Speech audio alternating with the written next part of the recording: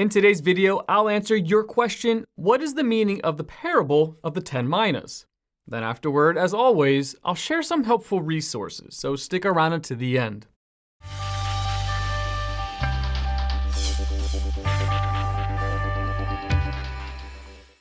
Christ uses the parable of the 10 minas in Luke chapter 19, verses 11 through 27, to teach about the coming kingdom of God on earth. The occasion of the parable is Jesus' final trip to Jerusalem. Many people in the crowd along the road believed that he was going to Jerusalem in order to establish his earthly kingdom immediately.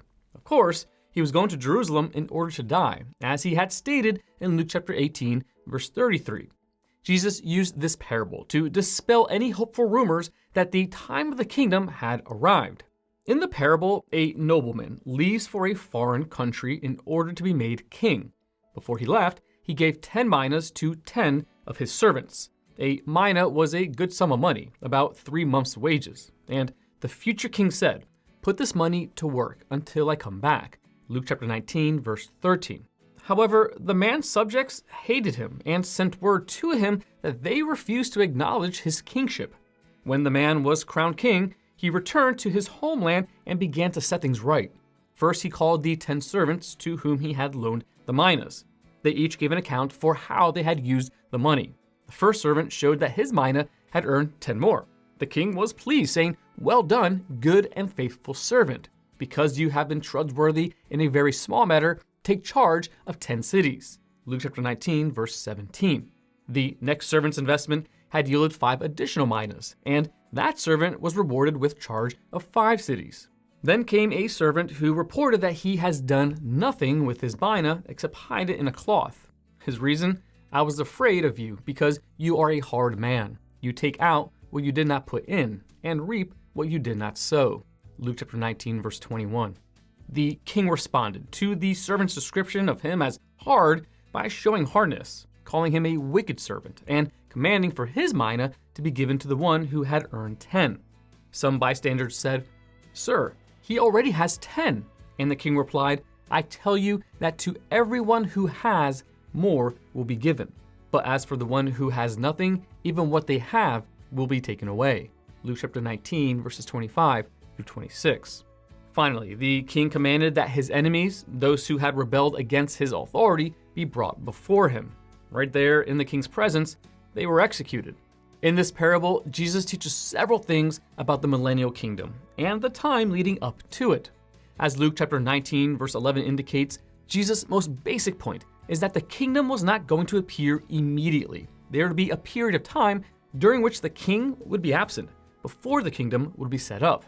The nobleman in the parable is Jesus, who left this world but who will return as king someday. The servants the king charges with a task represent followers of Jesus. The Lord has given us a valuable commission, and we must be faithful to serve him until he returns. Upon his return, Jesus will ascertain the faithfulness of his own people. See Romans chapter 14, verses 10 through 12. There is work to be done, and we must use what God has given us for his glory. There are promised rewards for those who are faithful in their charge. The enemies who rejected the king in the parable are representative of those who rejected Christ while he walked on earth, and everyone who still denies him today. When Jesus returns to establish his kingdom, one of the first things he will do is utterly defeat his enemies. Revelation chapter 19, verses 11 through 15. It does not pay to fight against the King of Kings. The parable of the 10 minas is similar to the parable of the talents in Matthew chapter 25, verses 14 through 30.